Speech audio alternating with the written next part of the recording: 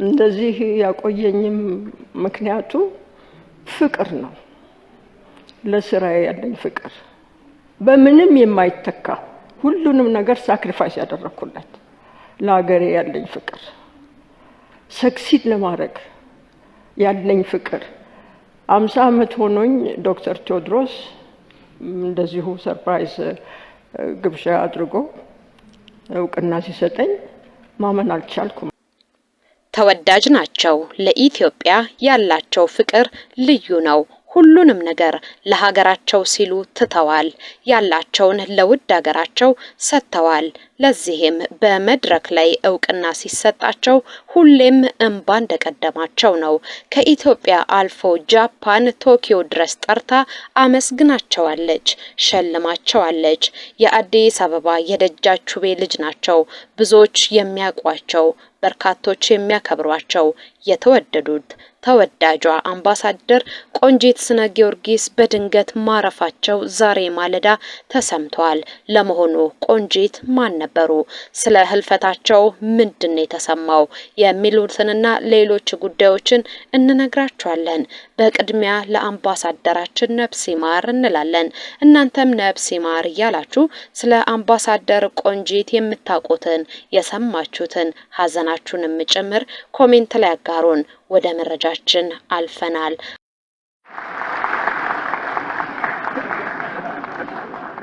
አንጋፋዋ ዲፕሎማት አምባሳደር ቆንጂት ስነ ጊዮርጊስ በሕክምና ሲረዱ ቆይተው ነው ከዚህ ዓለም ድካም በሞት የተለዩት። አምባሳደር ቆንጂት የውጭ ጉዳይ ሚኒስትርን ከ1950ዎቹ ጀምሮ በለጋ እድሜያቸው ነው የተቀላቀሉት። በቆይታቸው ከዴስክ ኦፊሰርነት እስከ ከፍተኛ አመራርነት አገልግለዋል።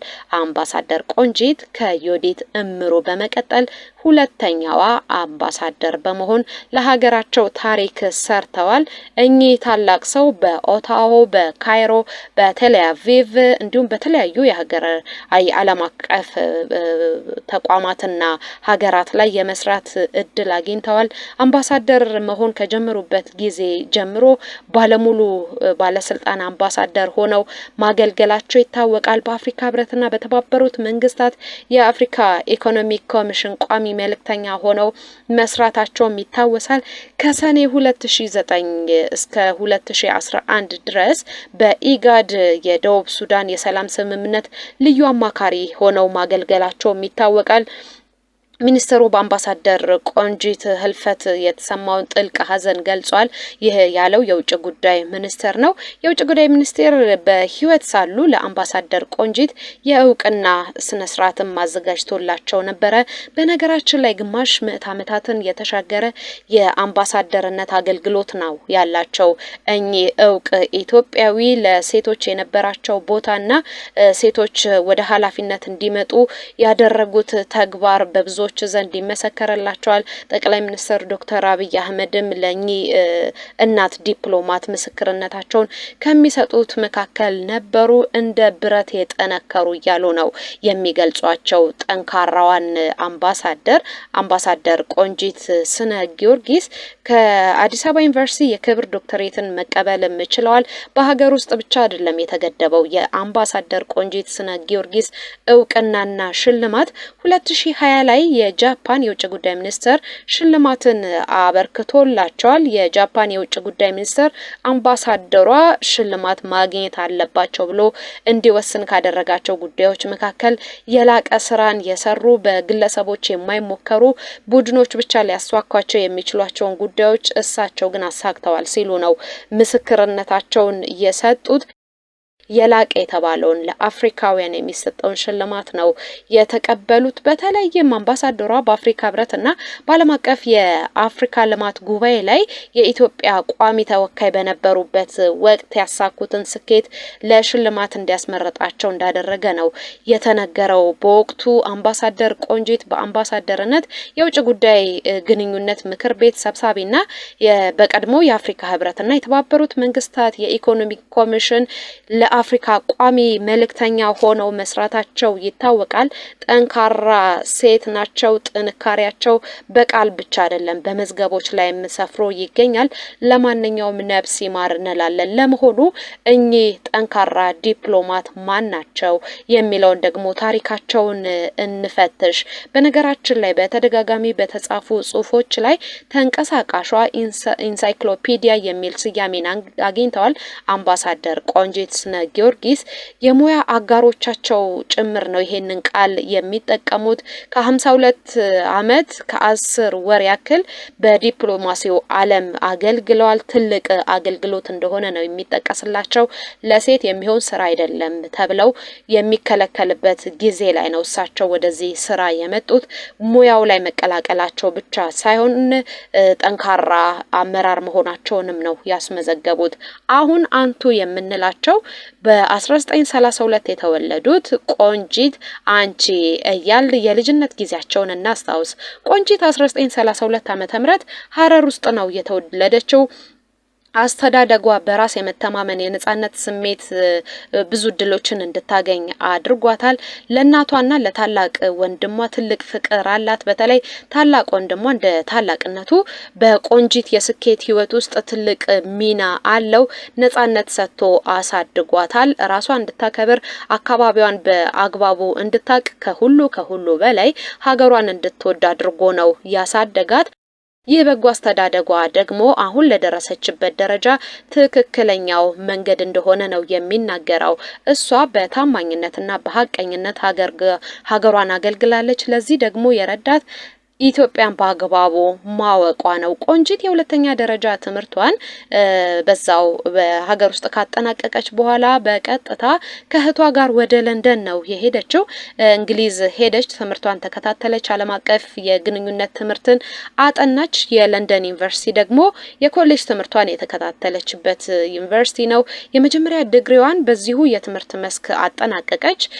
ይሄ ደግሞ ትልቅ እድል ጻፈላት፣ ትልቅ እርምጃ ነው እንድትራመድ ጊዜው የሰጣት።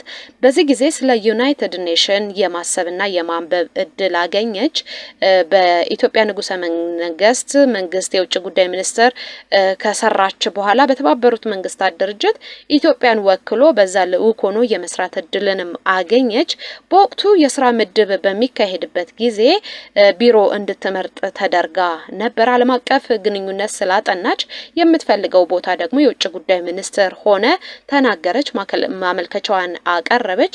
እሱ ቦታ ለሴት አይሆንም ተብላ ተከለከለች። ግን ክልከላዎችን የምትቀበል አልነበረችም። ቆንጂት በምላሹ ብትደነግጥም የውጭ ጉዳይ ሚኒስትር መግባት እንዳለባት ወሰነች። ተሟገተቻቸው። ይቺ ልጅ አለቀቀችንም። ደብዳቤ ጻፉላት ትግባ ተብሎ ተወሰነላት። የአፍሪካ አንድነት ድርጅት ያሁኑ የአፍሪካ ህብረት ከመመስረቱ 1 ዓመት ቀድማ ይቺ ለሀገራችን ሁለተኛዋ ዲፕሎማት መስሪያ ቤቱን ተቀላቀለች። አሁን የምንተርክላችሁ ታሪክ ደግሞ አንቱ እያልን ነው የምንጠራው። ቆንጂት በተመደቡበት ቦታ ላይ በከፍተኛ ብቃት ለ3 ዓመት አገለገሉ። በሁለተኛ ዋና ጸሐፊነት ማዕረግም በኒውዮርክ በሚገኘው የተባበሩት መንግስታት ድርጅት የኢትዮጵያ ቋሚ ልዑክ በመሆን በጽህፈት ቤት ውስጥ እንዲሰሩ ተመደቡ። ቆንጂት መስራት የሚፈልጉት ዋና የዲፕሎማሲ ስራን እንጂ በአስተዳደር ስራዎች ላይ አለመሆኑ ይታወቃል። ይሄ ከህልማቸው እንደሚያስቀራቸው በመገመቱ እሳቸውም አልፈለጉትም። በመንግስታቱ ድርጅት የኢትዮጵያ ቋሚ ተወካይ ቡድን ውስጥ የጸረ ቅኝ አገዛዝ ጉዳዮች ኦፊሰር ሆነው መስራት ጀመሩ። ከ5 ዓመታት በላይ በዛ ሰሩ።